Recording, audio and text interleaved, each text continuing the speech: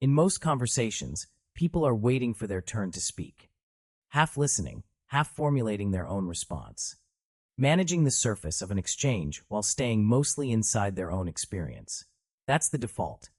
That's what most social interaction actually looks like underneath the appearance of engagement. And then there are people who genuinely want to hear what's wrong. Who, when someone starts talking about something difficult, a situation they're in, a problem they can't solve, a pain they're carrying, actually move toward it. Not out of obligation, not because they feel they have to, because something in them is drawn to it. Understanding why reveals something important about a specific kind of mind that is considerably rarer than it looks. Let's start with what these people are actually doing when they listen, because it's different from what most people do. Most listening is what psychologists call cognitive empathy, an intellectual understanding of what another person is experiencing. You follow the logic of their situation, you track the narrative, you understand why they feel the way they feel. It's genuine engagement, but it stays at the level of comprehension. People who are drawn to listening to others' problems tend to operate at a different level. What they experience is closer to affective empathy, a form of emotional resonance in which the listener actually feels something of what the person speaking is feeling, not as performance, not as conscious effort, as an automatic, largely involuntary response to hearing about someone else's experience. Neuroscientists who study empathy have documented what's often described as neural mirroring, the activation of emotional processing regions in the brain of a listener that correspond to the experience being described. In people with high affective empathy, this activation is particularly pronounced. The story they're hearing registers not just as information, but as experience. They're not outside the conversation, tracking it from a safe analytical distance. They're in it. This has a practical consequence that people on the receiving end of these conversations often feel immediately. There's a difference, a tangible, recognizable difference, between someone who is listening to you out of social obligation and someone who is actually present with what you're saying. The questions are different. The silences are different. The quality of attention in the room is different. People with high affective empathy tend to produce the second kind of experience without particularly trying to. It's just how they're in a conversation.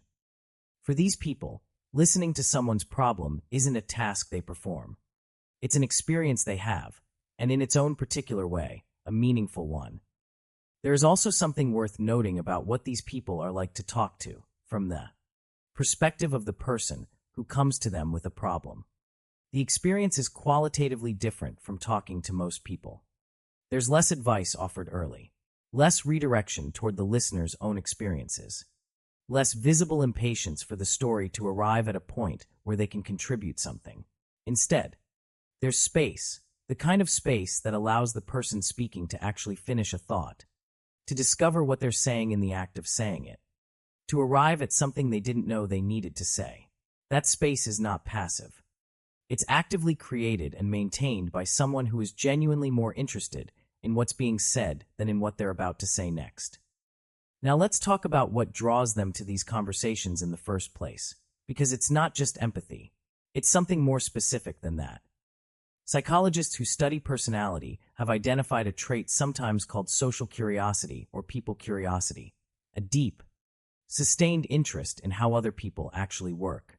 Not people as social categories or types, but people as particular, complex, interior beings whose thinking, motivation, and behavior are genuinely interesting rather than merely relevant. People with high people curiosity find surface-level conversation consistently unsatisfying. Not rude or unpleasant, just thin.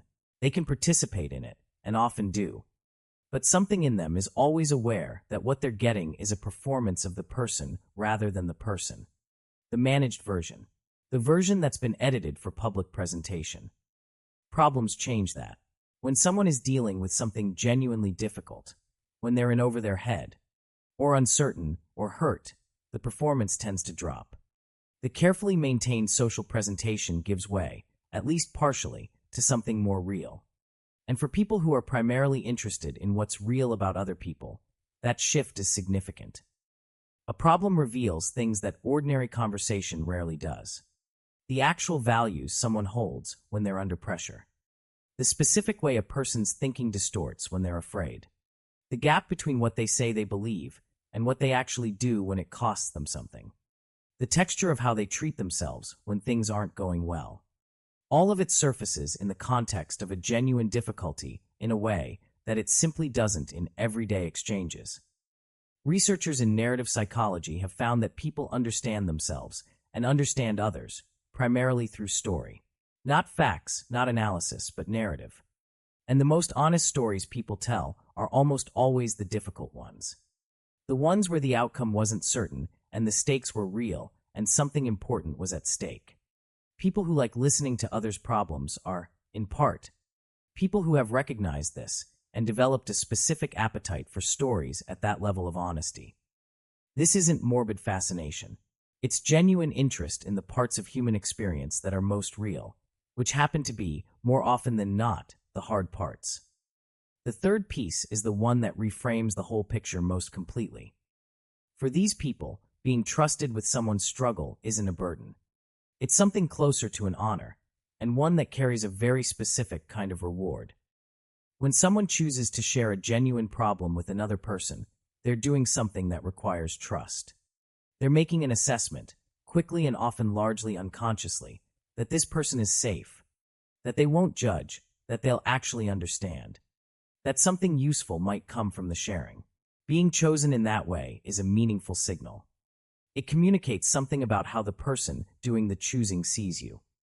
Psychologists who study meaning and well-being have consistently found that people who report the highest levels of life satisfaction aren't, on average, the people who are most comfortable.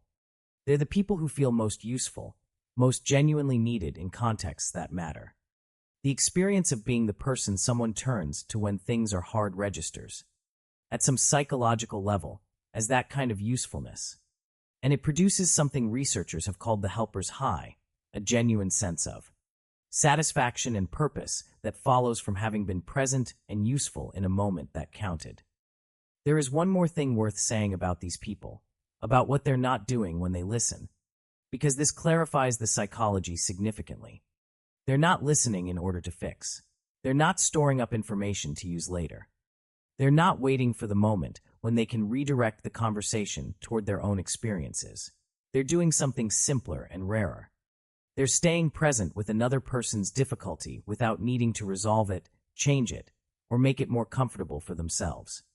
That capacity, to sit with someone in their struggle without rushing past it, is one of the more genuinely rare things a person can offer. What this means practically is that the conversations most people find draining, these people often find energizing. Not because they're impervious to the weight of what they're hearing, but because the weight comes attached to something meaningful, the trust, the real connection, the sense that this particular exchange actually mattered. And meaning, it turns out, has a way of making things feel worth doing even when they're hard. So let's be clear about who these people are. They are not gossips.